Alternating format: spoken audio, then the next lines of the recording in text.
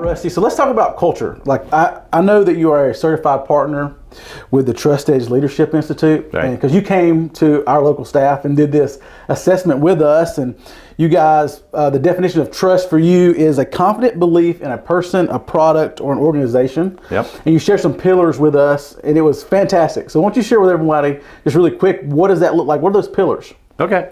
So there are 8 pillars of trust. Okay. And I'll just run through them real quick for you. There's clarity, compassion, character, commitment, consistency, connection, contribution, and competency. Yeah. So that's the 8 pillars. But it all begins with safety. Everybody wants to be safe. Everybody wants to be safe. Yeah. Go back to Maslow hierarchy of needs, the pyramid. Remember that from school? Yeah. The basic needs of all humans is food, water, shelter. Mm-hmm. The next thing up is safety and security. The next thing after safety and security is what we're talking about: relationships, connection, culture, belonging, right? What it means is, before I can go from food, water, shelter, I have to have a reasonable amount of safety before I can fully connect with people and belong into a culture or a workplace or relationships, church, or whatever. Yeah. So we have to build a safe environment for people, right? To be their authentic self. Yeah. Because your body and your brain is going to pick up on safe areas. Yeah. And so if we make them safe, then we're able to start with connection, which is, there's 3 main superpower pillars in my estimation. Yeah. Connection, clarity, and consistency. Just think of it as, Superman, Batman, and Spider-Man. Yeah. You got to have those 3 guys on your team. Yeah. If you don't have those 3, it's going to be tough to have full trusting relationship and a trusting culture. In a trusting culture, people do more because they want to, because they feel safe that they can do more. Yeah. They feel trusted, they feel empowered. Yeah.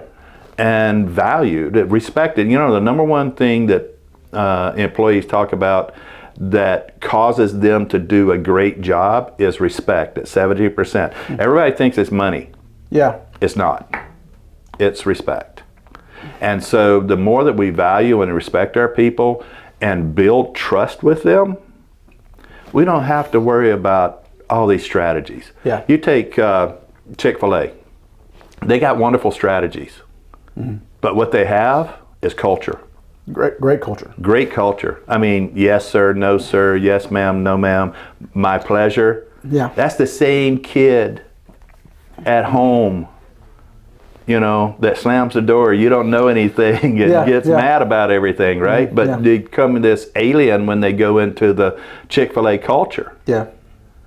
But once they're in that culture for a while, it sticks, because I've gone across the country with, when I was with Lazy Boy especially, and run into different people and salespeople, and I'll say something and I'll thank them, and then they'll say, my pleasure. And I say, oh, Chick-fil-A, huh? Yeah. And they, oh yeah, worked there for years. Yeah. And I think, yeah, absolutely, my pleasure, culture stays. Yeah. Culture will eat strategy for lunch. You can have the best strategy in your businesses, but if you don't have the culture right, and I happen to believe, and we at the Institute happen to believe, that trust culture is the best culture to release the energy and the thought power and everything that's good about your people, is through a trust culture. Yeah, that's so good.